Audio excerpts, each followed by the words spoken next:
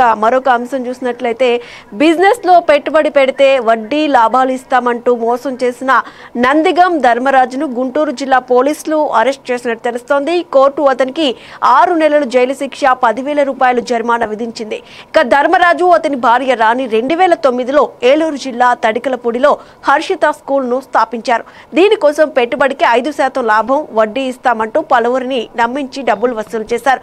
గుంటూరుకు చెందిన ఆలపాటి బ్రహ్మానందరావు 19 లక్షలు ఇన్వెస్ట్ చేయగా ఇతరులు కూడా భారీగా పెట్టుబడులు పెట్టారు. కానీ ధర్మరాజు హామీలు నిలబెట్టకుండా చెక్కులు ఇచ్చాడు. అవి బౌన్స్ అయ్యాయి. బాధితుడు 2013లో కోర్టును ఆశ్రయించగా 2019లో 63.40 లక్షలు చెల్లించాలని తీర్పు ఇచ్చింది. ధర్మరాజు 26.50 లక్షలు మాత్రమే చెల్లించి తప్పించుకున్నాడు. కోర్టు నాన్ బెయిలబుల్ వారెంట్ జారీ చేయడంతో అరండల్పేట పోలీసులు అతన్ని పట్టుకున్నారు. పోలీసుల విచారణలో ధర్మరాజు, రాణి, వారి మామ కృష్ణారావు కలిసి కోట్లాది రూపాయలు వసూలు చేసినట్టు తెలుస్తోంది. ఈ డబ్బుతో స్కూల్ భూములు కొన్నట్లు గుర్తించారు. ఓ ఎన్ఆర్ఐ నుంచి 30 కోట్ల రూపాయలు మోసం చేసిన కేసులో ధర్మరాజు, రాణి గతంలో 35 రోజులు జైలు శిక్ష అనుభవించారు. రాజుపై 10 ఎఫ్ఐఆర్లు, చెక్ బౌన్స్ కేసులు ఉన్నాయి. బాధితుల ఫిర్యాదుతో రాణిపై సిఐడి కేసు నమోదైంది. ఇక ఇదే అంశానికి సంబంధించి మరింత సమాచారాన్ని మా ప్రతినిధి సుమంత్ అందిస్తారు. సుమంత్, ధర్మరాజునైతే గుంటూరు పోలీసులు పట్టుకున్నట్టుగా కూడా తెలుస్తోంది. ఇప్పటికే వారిపై పలు సెక్షన్ల కింద కేసులు నమోదయ్యి ఆల్రెడీ జైల్లో ఉండి కూడా వచ్చిన పరిస్థితి అయితే చూస్తున్నాం.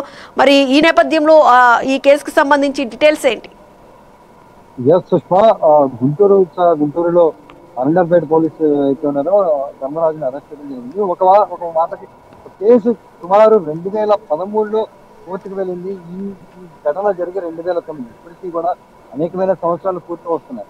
వాస్తవానికి ధర్మరాజు అనే వ్యక్తి బిజినెస్ లోన్ కి సంబంధించి ఒక స్కూల్ ని ఏర్పాటు చేసి వాళ్ళ వ్యాపారాల్లో పెట్టుబడులు పెట్టాలి అంటే అనేకమైన వ్యాపారాలు ఉన్నాయి. స్కూల్ ని ప్రధానంగా ఎదురుగా చూపిస్తూ అనేకమైన వ్యాపారాలు ఉన్నాయి, మాకు అనేకమైన ఆ లాభాలు మీకు అంటే ఒక రూపాయికి 100 రూపాయల లాభాలు ఇచ్చే అవకాశం ఉంది అని పెట్టుబడులను ఆకర్షించిన పరిస్థితి గుంటూరులో సామాన్య ప్రజల దగ్గర నుంచి కొంచెం మిడిల్ క్లాస్ పీపుల్ దగ్గర నుంచి అనేక వేల రూపాయలు, లక్షల రూపాయలు వసూలు చేసిన పరిస్థితి కనిపిస్తా ఉంది. ఈ నేపథ్యంలోనే 2009లో వీళ్ళు హర్షిత స్కూల్ పేరిట మొదలుపెట్టిన దందా కొనసాగుతూ లక్షల రూపాయలకు సంబంధించి పెట్టుబడులు తీసుకోవటం, అంటే పెట్టుబడిదారుల దగ్గర నుంచి డబ్బులు తీసుకోవటం, వడ్డీకి ఇస్తాం, వడ్డీ తర్వాత మళ్ళీ ఆ లాభాల్లో వచ్చిన 5% ఇస్తామని చెప్పి నమ్మబలికి అనేక లక్షల కోట్ల రూపాయలు కొల్లగొట్టారని చెప్పుకోవచ్చు. ఇదే నేపథ్యంలో చూసుకున్నట్లయితే 2013 అంటే 2019 నుంచి వీళ్ళు దందా ప్రారంభమైతే మధ్యలోనే వీళ్ళు దాన్ని బ్రేక్ వేసేది, అంటే డబ్బులు తిరిగి ఇవ్వకుండా కానీ లేకపోతే ఈ వడ్డీ చెల్లింపులో వ్యవహారంలో కానీ అవకతవకలు జరిగిన నేపథ్యంలో 2013లో మోసం పోయామని తెలుసుకున్న బాధితులు ఎవరైతే ఉన్నారో వాళ్ళు కోర్టుని ఆశ్రయించారు.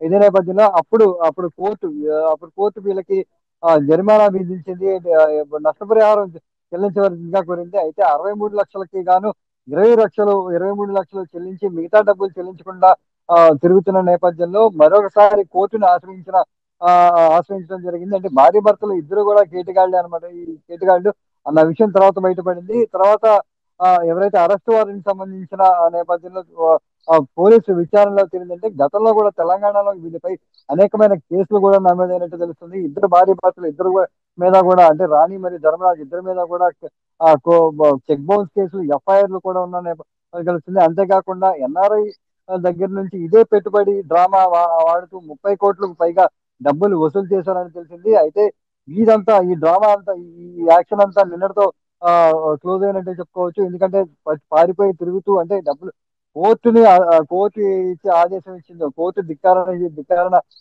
సంబంధించి నాన్ అవైలబుల్ అరెస్ట్ వారెంట్ అయితే రావడంతో నిన్న పోలీసులు అరెస్ట్ చేసినట్టు తెలుస్తుంది సుష్మా. ఇక